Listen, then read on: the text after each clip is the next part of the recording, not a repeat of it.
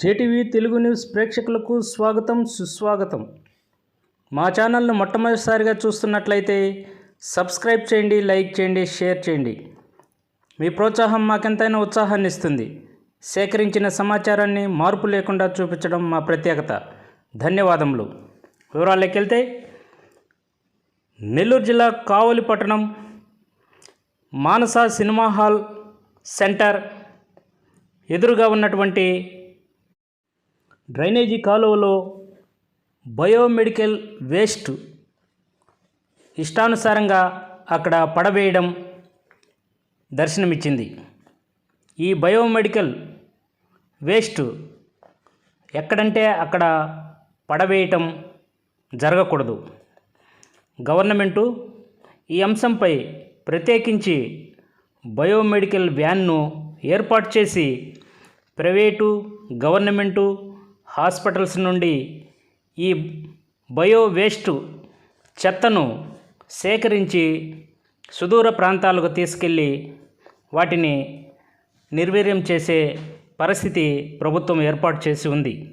అయితే కావలిపట్టణం మానస హాల్ ఎదురుగా ఉన్నటువంటి డ్రైనేజీ కాలువలో బయో వేస్ట్ను పడవేసి ఉన్నారు. వీటిల్లో సిరంజిలు, సెలైన్ బాటిళ్ళు, వ్యర్థాలు, ఆయా రకాలైనటువంటి హాస్పిటల్ వ్యర్థాలన్నీ కూడా అక్కడ ఇష్టానుసారంగా పడవేయడం జరిగింది. వీటిని గమనించిన స్థానిక ప్రజలు పలువురు వారు ఆయా రకాలుగా భయాందోళనకు గురయ్యారు. ఈ వ్యర్థాలతో ఎలాంటి రోగాల బారిన పడవలసి వస్తుందోనని, ఈ వ్యర్థాలు ఈ కాలువలో నుండి ఈ నీటిలో కలిసి ఆయా రకరకాలుగా ప్రాంతాలకు వెళ్తాయని, అదేవిధంగా కొన్ని జంతువులు కూడా వాటిని ముట్టి వాటిని స్వీకరించే పరిస్థితి కూడా ఉందని, ఇలాంటి వ్యర్థాలను కాలువలో పడవేయటం దురదృష్టకరం.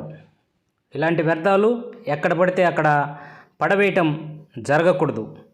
అయితే ఎక్కడి నుండి ఈ వ్యర్థాలు ఇక్కడ పడవేయబడ్డాయో అనేది స్థానిక పాలకులు, అధికారులు, వైద్య పారామెడికల్ సిబ్బంది అధికారులు వీటిపై దృష్టి పెట్టి ఇలాంటి వాటిని అరికట్టాల్సిన బాధ్యత ఎంతైనా ఉందని స్థానిక ప్రజలు ఈ విషయంపై చర్చించుకుంటూ భయాందోళనకు గురవుతున్నారు.